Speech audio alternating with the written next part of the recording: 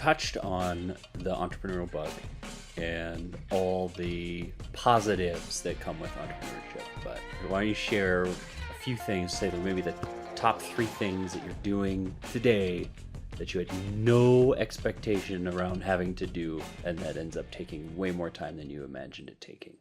Well, I got into this industry because I really like fashion. I really like helping people. I didn't want to be, at a desk all day. Get to be really creative. Like how you assemble and pair pieces together. There's a lot of creativity there. And I feel like, unfortunately, I don't get to spend a lot of time doing that anymore. I'm at the desk quite a bit in the back office, and I'm responding to emails, and I am putting together reports and PowerPoints, and I am asking legal questions, getting people, their HR paperwork set up, kind of all the not sexy stuff associated with running a business.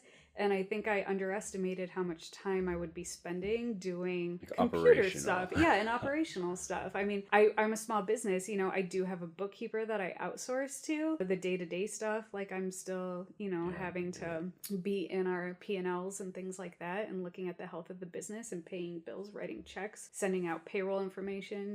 There's still a lot that I have my hands in, even though that's outsourced. So talking about all the operational things, this a big part of this podcast is talking about technology. Let's go on a thought journey of what it would have been like managing the books, the financials before software.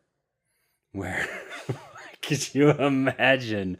I mean, we didn't even, you and I grew up in a world that, like, by the time we got into work and business, there were computers. We never had to go manage finances in a big grid booklet with a calculator and a pencil.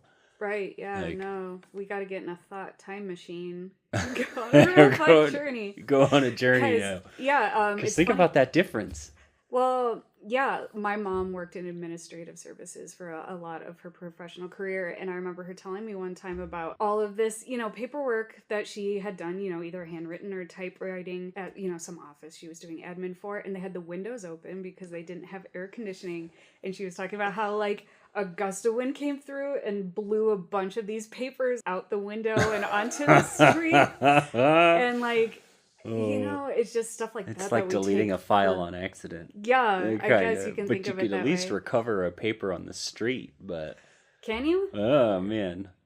But yeah, it's interesting to think about is there's a ton of things that you have to do today that software has taken so much of the manual's work out of the way that it might even be realistic to say that you as sole operator at your one location business would have been impossible 10 years ago, 20 years ago? I would say yes, but I also think that as we have, you're saying software, computers and things taking more of this grunt work, allowing us to fast forward and be more efficient at these things, I don't think that gives business owners more free time. I think if anything, the expectation is higher that you're able to turn around and flip things almost instantaneously. You're supposed to always be on. Literally, you're supposed to, be at your cell phone's beck and call. Where back in the day, it was like, oh yeah, well, it's going to take me a while to fill out this paperwork, so I'll have it to you in 2 weeks. And now it's like you're expected to deliver that information tomorrow. So in some ways, it's helpful because it's taking certain work off of my plate. But in other ways, now that we're able to move at breakneck speed,